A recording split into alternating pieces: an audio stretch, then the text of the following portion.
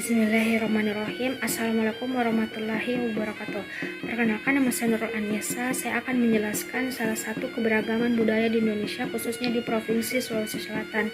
Terdapat 4 etnis atau 4 suku yang berada di Provinsi Sulawesi Selatan. Yang pertama adalah suku Makassar, yang kedua suku Bugis, yang ketiga suku Mandar, dan yang keempat adalah suku Toraja.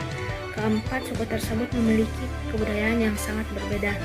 Maka dari itu diperlukan pusat kebudayaan yang mampu mewadahi kebutuhan seni dan budaya tradisional. Pusat kebudayaan tersebut mampu menyambung warisan nilai-nilai dan tradisi kebudayaan.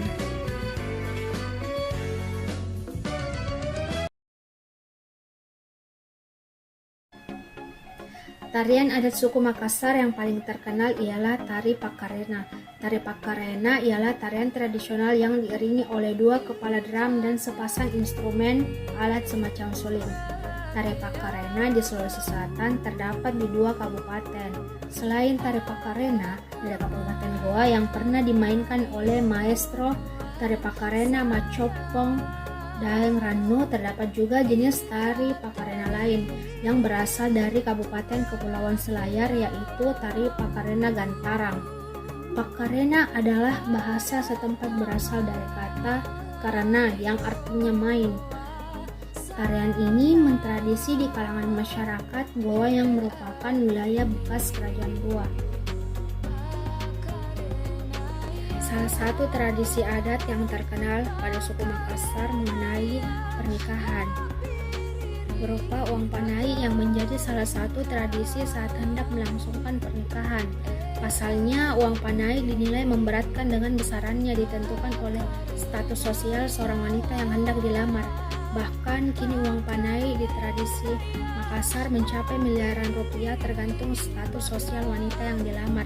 Dengan uang panai ini, ada yang merasa terbebani dan ada pula yang menganggap sebagai gengsi dalam perkawinan. Uang panai terkadang ditentukan berdasarkan kelas wanita yang hendak dipinang. Misalnya kelas wanita yang lulusan SMA, sarjana, telah bekerja, pegawai negeri sipil, dokter, hingga gadis yang telah berhaji memiliki mahar yang berbeda. Tiap daerah atau tiap suku pasti mempunyai rumah adat khas. Begitu pula dengan suku Makassar. Rumah dalam bahasa Makassar disebut balak. Rumah ini berbentuk rumah panggung dengan kayu sebagai penyangganya. Pakaian adat suku Makassar ini disebut dengan baju bodo.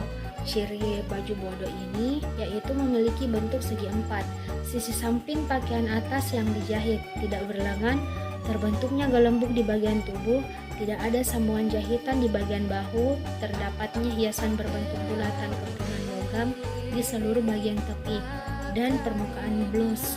Memakai baju bodo berdasarkan warna mesti mematuhi ketentuan yang terkait dengan usia penggunanya. Makanan paling terkenal dan paling digemari oleh banyak orang Makassar ini ialah coto Makassar, sop saudara, dan sop konro. Ketiga makanan khas ini sangat mudah ditemukan di Indonesia dengan bumbu khas dan rasa yang nikmat menjadikan ketiga makanan sangat terkenal hingga ke mancanegara.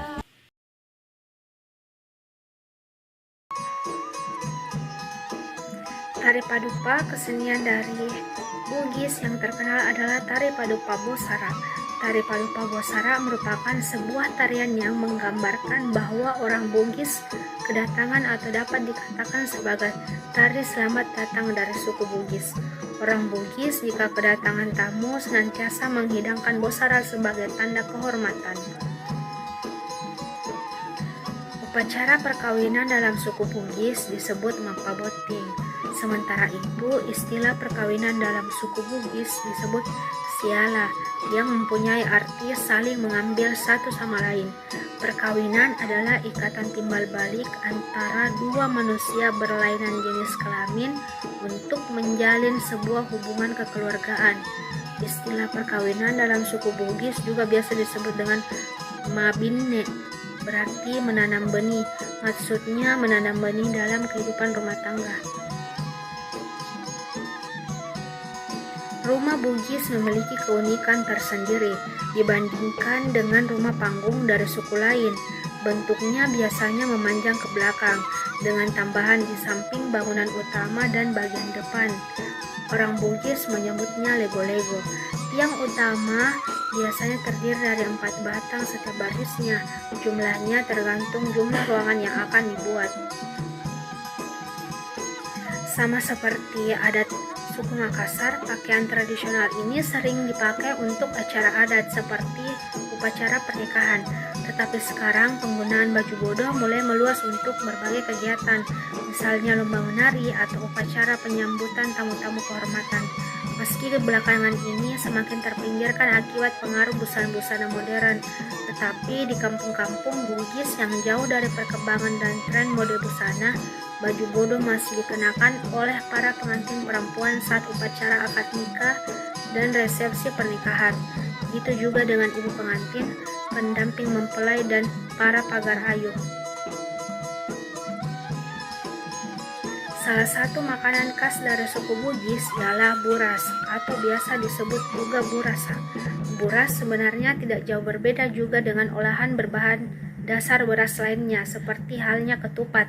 Apalagi ketupat sudah menjadi tradisi juga yang harus disajikan saat hajatan khusus keluarga dan hari-hari besar keagamaan tiba. Bahkan memakan ketupat juga wajib dengan campuran kari ayam, daging, dan telur. Akan tetapi rasa buras yang sangat berbeda dengan ketupat karena buras dimasak khusus dengan campuran santan.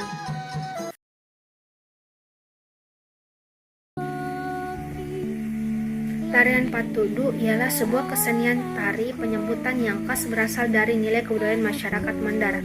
Biasanya para penari tari Patudu ini ialah kaum perempuan yang memiliki paras cantik dan gemulai dalam gerakan karena menjadi semacam gambaran citra kecantikan perempuan suku Mandar.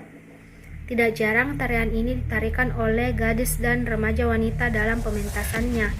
Tari Patudu ini dapat dikategorikan sebagai sebuah tarian penyambutan sebagai bentuk penghargaan dan penghormatan kepada para tamu yang datang ke wilayah Mandar.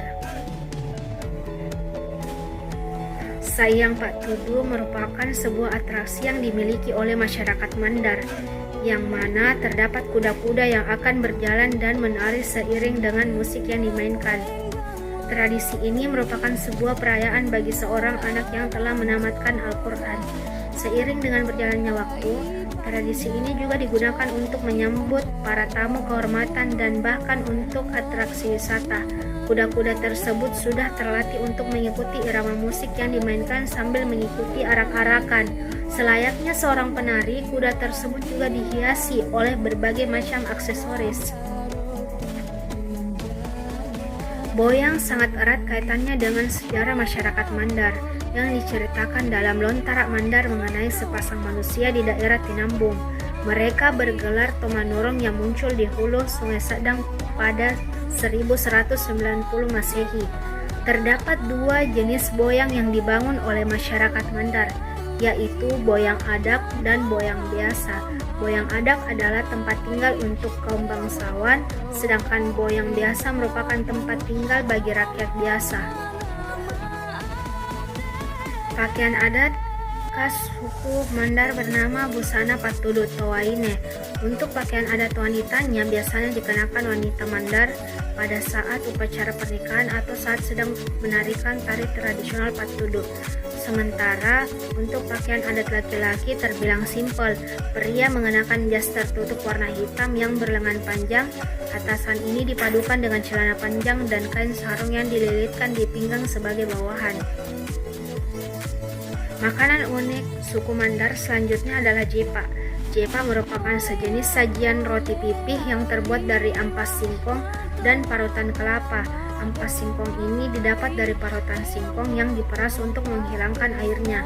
Parutan singkong ini lalu dipadatkan dan dicetak dalam piringan tipis. Jepa diolah dengan cara dipanggang sehingga memberi aroma singkong bakar yang lezat. Setelah matang, jepa akan berwarna putih kecoklatan dengan cita rasa yang gurih. Makanan yang tinggi kalori ini biasa disajikan dengan ikan tuing-tuing.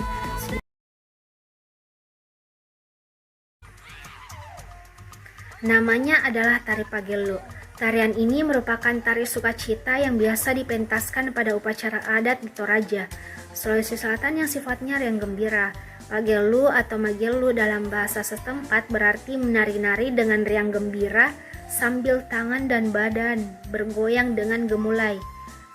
Tari pagelu atau terkenal dengan sebutan pagelu Pangala ini pertama kali diciptakan oleh Nek Datuk II, yakni pada saat kembali dari medan peperangan yang kemudian dirayakan dengan menari penuh sukacita.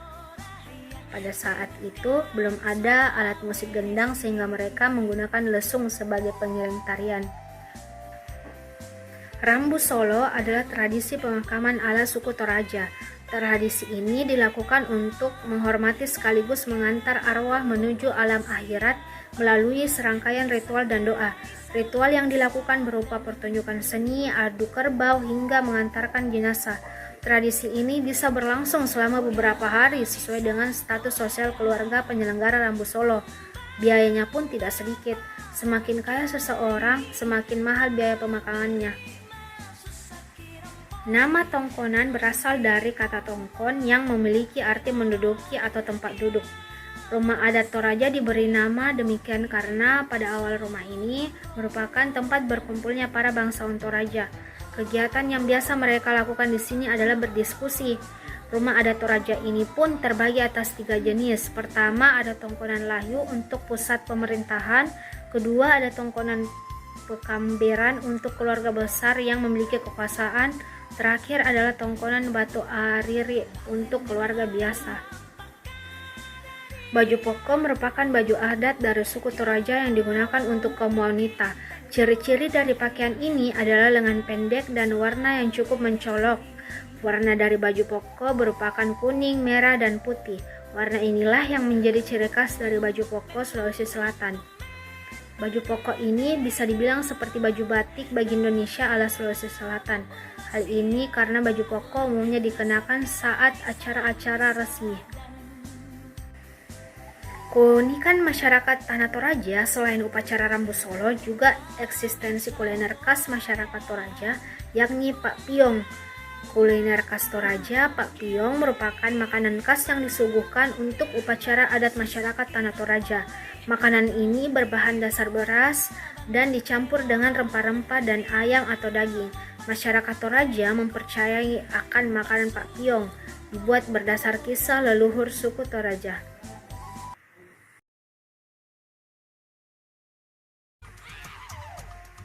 Namanya adalah tari pagelu. Tarian ini merupakan tari sukacita yang biasa dipentaskan pada upacara adat di Toraja, Sulawesi Selatan yang sifatnya riang gembira. Pagelu atau magelu dalam bahasa setempat berarti menari-nari dengan riang gembira sambil tangan dan badan bergoyang dengan gemulai. Tari pagelu atau terkenal dengan sebutan pagelu Pangala ini pertama kali diciptakan oleh Nek Datuk II, yakni pada saat kembali dari medan peperangan yang kemudian dirayakan dengan menari penuh sukacita.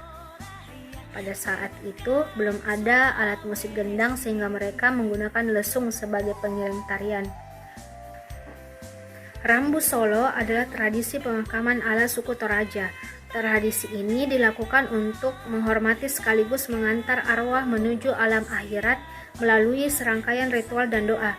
Ritual yang dilakukan berupa pertunjukan seni, adu kerbau, hingga mengantarkan jenazah. Tradisi ini bisa berlangsung selama beberapa hari sesuai dengan status sosial keluarga penyelenggara Rambu Solo.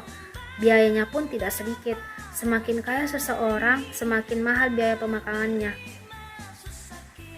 Nama tongkonan berasal dari kata tongkon yang memiliki arti menduduki atau tempat duduk. Rumah adat Toraja diberi nama demikian karena pada awal rumah ini merupakan tempat berkumpulnya para bangsawan Toraja. Kegiatan yang biasa mereka lakukan di sini adalah berdiskusi. Rumah adat Toraja ini pun terbagi atas 3 jenis. Pertama, ada tongkonan Lahyu untuk pusat pemerintahan. Kedua, ada tongkonan Pekamberan untuk keluarga besar yang memiliki kekuasaan. Terakhir adalah tongkonan Batu Ariri untuk keluarga biasa. Baju poko merupakan baju adat dari suku Toraja yang digunakan untuk kaum wanita. Ciri-ciri dari pakaian ini adalah lengan pendek dan warna yang cukup mencolok. Warna dari baju poko merupakan kuning, merah, dan putih. Warna inilah yang menjadi ciri khas dari baju poko Sulawesi Selatan. Baju pokok ini bisa dibilang seperti baju batik bagi Indonesia ala Sulawesi Selatan. Hal ini karena baju koko umumnya dikenakan saat acara-acara resmi. Keunikan masyarakat Tanah Toraja selain upacara Rambu Solo juga eksistensi kuliner khas masyarakat Toraja, yakni Pak Piyong. Kuliner khas Toraja, Pak Piyong merupakan makanan khas yang disuguhkan untuk upacara adat masyarakat Tanah Toraja. Makanan ini berbahan dasar beras dan dicampur dengan rempah-rempah dan ayam atau daging. Masyarakat Toraja mempercayai akan makanan Pak Piyong dibuat berdasar kisah leluhur suku Toraja.